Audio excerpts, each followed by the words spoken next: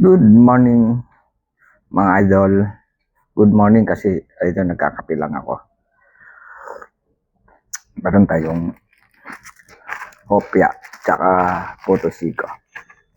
Sa ngayon pala dahil pag-usapan natin yung mga nadidemoni at yung mga bago dyan. Manood kayo dito para matutunan rin kayo dito. Yung mga baguhan na hindi pa na-monetize. May mga napupuntahan kasi akong live na maraming nagre-reklamo na hindi pa raw sila na kakabalik. Malalaki ng channel, pero walang dollar sign. So, ibig sabihin, demoni ang mga yon. Tinanong ko kung ano yung mga problema nila.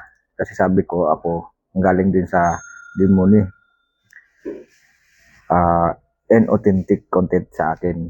So, sa kanila naman, yung iba, reuse content, meron din namang inauthentic. Tapos, sabi ko ako nakabalik na. Sila hindi pa rin. Matagal na. Merong first attempt na re-reject. So, nagtanong sila sa akin kung paano ako nakabalik. So, ganito kasi yung guys. Para makabalik kayo, kailangan nyo pa rin makuha yung 4,000 watts hour. Pero, mabigat-bigat na yun kasi ngayon ang mabagal ang pasok nun. Pag nagla-live kayo, wala namang nanonood masyado kaya wala kayong watts hour. Kaya ang ginagawa doon, marami kayong gadget, dapat self-play. Yung iba ayaw ng self-play kasi takot, bawal daw. Sabi ko, oo, bawal yon kung ang gagamitin mo, main channel mo. Dapat iba. Iba-ibang gadget. Wala namang problema kung isa lang yung wifi nyo. Basta ibang gadget doon. Kasi sa loob ng bahay, hindi lang naman isa ang may phone dyan. Tapos ngayon, pag-usapan natin yung inauthentic. Bakit kayo na magkaroon ng inauthentic content? Ganito kasi yun. Yung isang natanong ko, bakit inauthentic? Sabi ko, anong ginawa mo? Sabi niya, may nakita daw siya sa CapCut na maganda. Sabi ko, okay, template yun. Sabi niya, oo. Dinownload lang daw niya yon. Tapos in-upload. Tapos tuwan-tuwa siya kasi nag 100,000. Kaya naghanap ulit siya, inulit niya. Sabi ko, mali yung ginawa mo doon. Inauthentic talaga yon. Hindi sa'yo yun eh. Yung template, pwede mong kunin yung clip noon. Pero papalitan mo yung taong isang karakter doon kasi siyang gumawa. I-edit mo yun. I-re-edit mo yun. Tapos ikaw magsushooting ka ng sarili mong reaction ng katawan mo para tanggalin mo yung clip ng gumawa, kunin mo yung magandang clip doon, kung sino yun, ipapatong mo yun. Gagawin mo rin sarili mong clip. Pero pagka kinapi-paste mo lang yun, dinownload, in-upload, inauthentic yun. Maganda yun, clip nga yun. Ang problema, inauthentic kasi wala ka nang ginawa. Sample lang yun sa CapCut. Template yun, pwede mong gamitin, pero dapat mag-effort, mag-edit. So, sa dulo ng video na to papakita ko kung paano mag-edit ng ganun clips. Ngayon, yung pangalawa naman, yung reuse. Bakit ka na reuse? Ganito. May in-upload kang video. Sabi natin short. Nagandahan ka, natuwa ka. Kasi gumanda ay malaki ang views. Ngayon, ini-re-upload mo ulit yun. Mali yun. Reuse yun. Kasi na-upload mo na yun eh. Huwag mo nang ulitin. Huwag mong gayahin yun sa FB na pag nag-viral, 100,000, i-re-upload nila tapos may nalagay doon maliit dito na, uy, viral ito, dito, ganito, 100,000 views ako dito, may maliit lang doon. Hindi mo pwedeng gawin sa YouTube yun. Reuse ka doon. Tapos may isa pang reuse. Pag monetize ka na, nauso yung screencast live. Maglalagay ka lang ng 1 minute na video. Tinuro ko na yan dati. Noon yan pwede sa mga hindi pa monetize. Pero pag monetize ka na, hindi ka na dapat gumamit ng ganun. Alam bakit reuse? Nag-live ka ng 3 oras, 2 oras, yung iba 11 hours. Tapos ang nakalagay na video, 1 minute. Loop. paulit-ulit, o di ba reuse, 1 minute lang yun eh, pero umabot ka ng ilang oras dun. Yun ang reuse. So pag nag-apply ka, galing ka sa Demone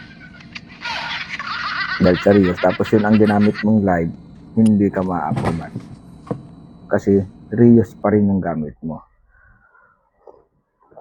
Ngayon, pag na-demone kayo ng mga ganon, reuse at authentic, di ba may nakalagay doon, pwede ka mag-reapply after 90 days. Tapos may nakalagay doon, edit your channel. Pinapa-edit sa yung channel. Kasama doon yung pag-delete ng mga sa tingin mo yun ang naging problema mo. Pero dapat, ang pinakamaganda nun, yung mga old video nyo, old live nyo, lumagpas ng 365 days, burahin nyo na. Para nang sa gayon, malinis na yung channel nyo. Tapos mag-upload kayo ng long, kahit walang gaanong value yung long nyo.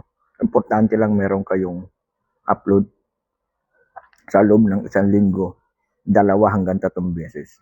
Tapos yung short, kahit ano lang dyan, lagyan mo ng konting music, i-upload mo, kahit araw-araw isa, para makita ni YouTube na active yung channel mo, may binago ka na doon, nag-edit ka na doon, at yung live mo, yung magpapakita ka, hindi yung magagamit ka ng 1 minute video, naka-loop ka lang. Hindi na pwede yun. Kasi monetize ka ng dati, nasuspende ka lang. Kailangan mong bumalik, pero wag kang gagamit ng loop. Kasi reuse nga. Yung ano mo, yung kaso mo reuse, tapos gaganon pa rin, reuse ka pa rin. So talaga hindi ka makakapasa dun sa monetization. Ngayon naman, yung pangatlo, yung